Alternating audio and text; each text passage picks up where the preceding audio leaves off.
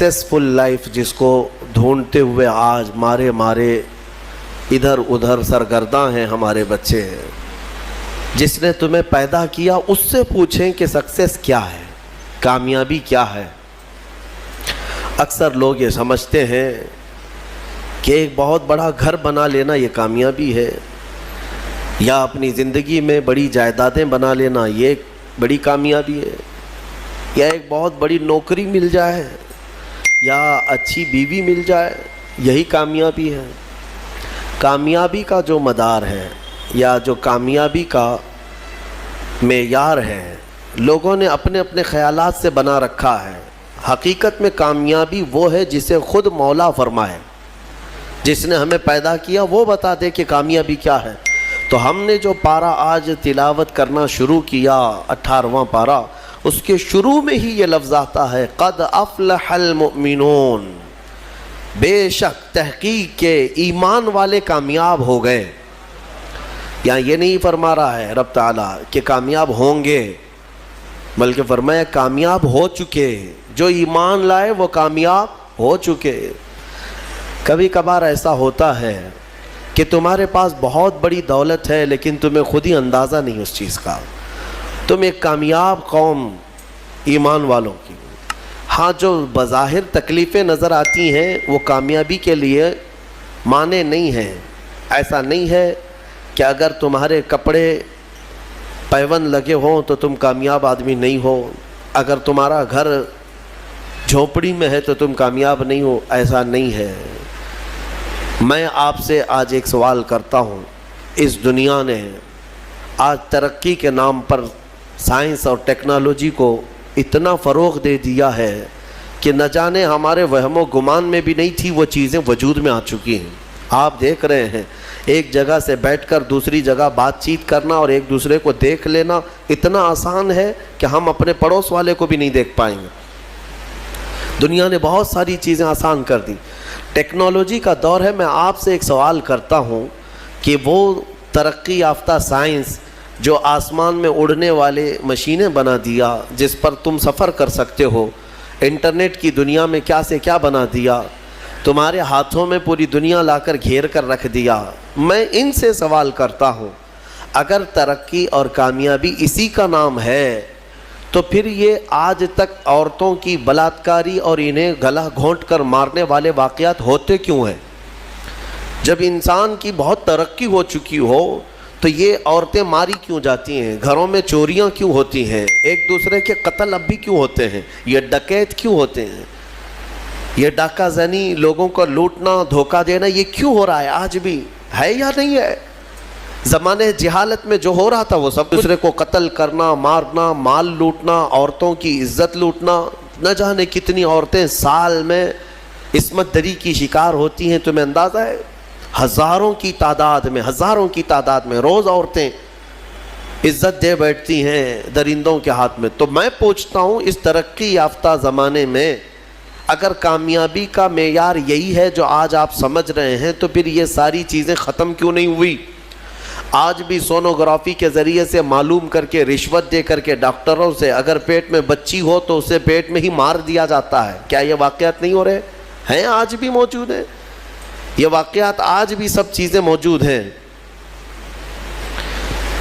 अब मैं आपके सामने एक बात ये पूछता हूँ कि अगर ये तमाम चीज़ें आज भी बरकरार हैं तो इसका मतलब है कि साइंस और टेक्नोलॉजी ने सिर्फ मेटल पर तरक्की किया है, इंसान पर नहीं। इंसान पर जो तरक्की होगी वो उसकी रूह पर तरक्की हो जाए, और ये इंसान की तरक्की कहीं होती है तो गुंबद खज़रा की छाँव में होती है।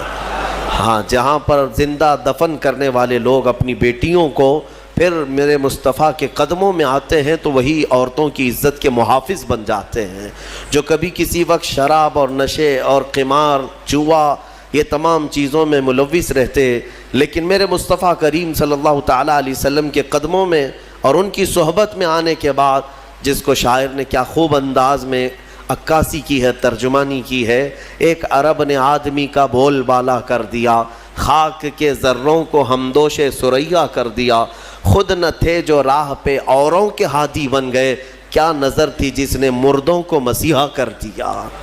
یہ ہے اصل ترقی. اب میں آپ کے سامنے عرض کرتا ہوں, میرا رب فرماتا ہے قد افلح المؤمنون, بے شک ایمان والے کامیاب ہو گئے. لیکن کون سے ایمان والے؟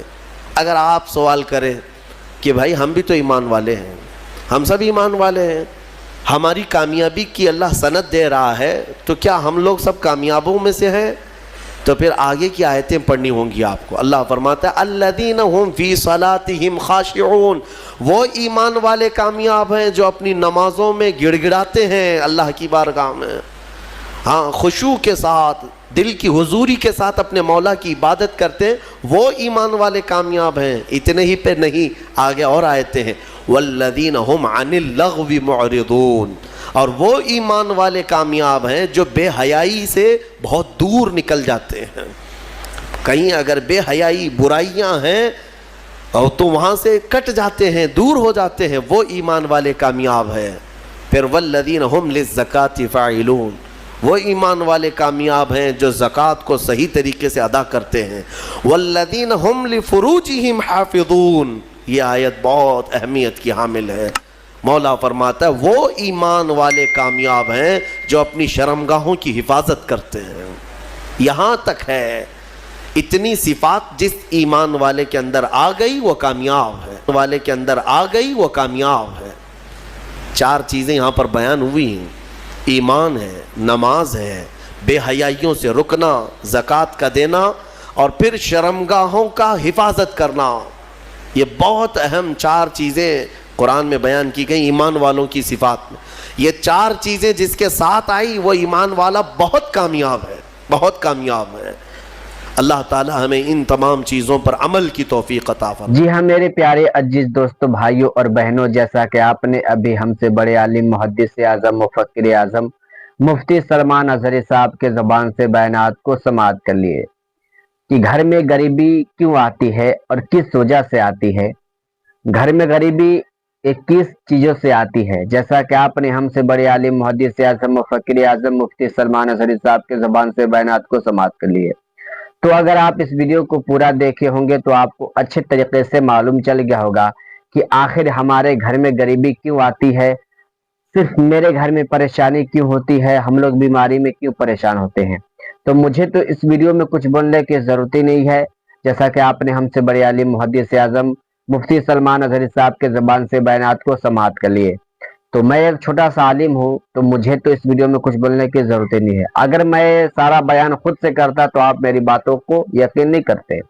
تو میں آپ کا میزبان قاری تسبیح عالم, میں آپ کا ہر موقع پہ خدمت کرتا ہوں. تو میرا مقصد یہ ہوتا ہے کہ جتنے بھی بھائی ہمارے پریشان حال ہے وہ پریشانیوں سے دور رہے, اپنی زندگی میں خوشحال رہے, اور آپ کو اللہ اتنی دولت دے کہ آپ اپنا ماں باپ کو خوش رکھے, اپنے بال بچوں کو کھلائے پلائے, اتنے ہی آپ کو اللہ دولت دے.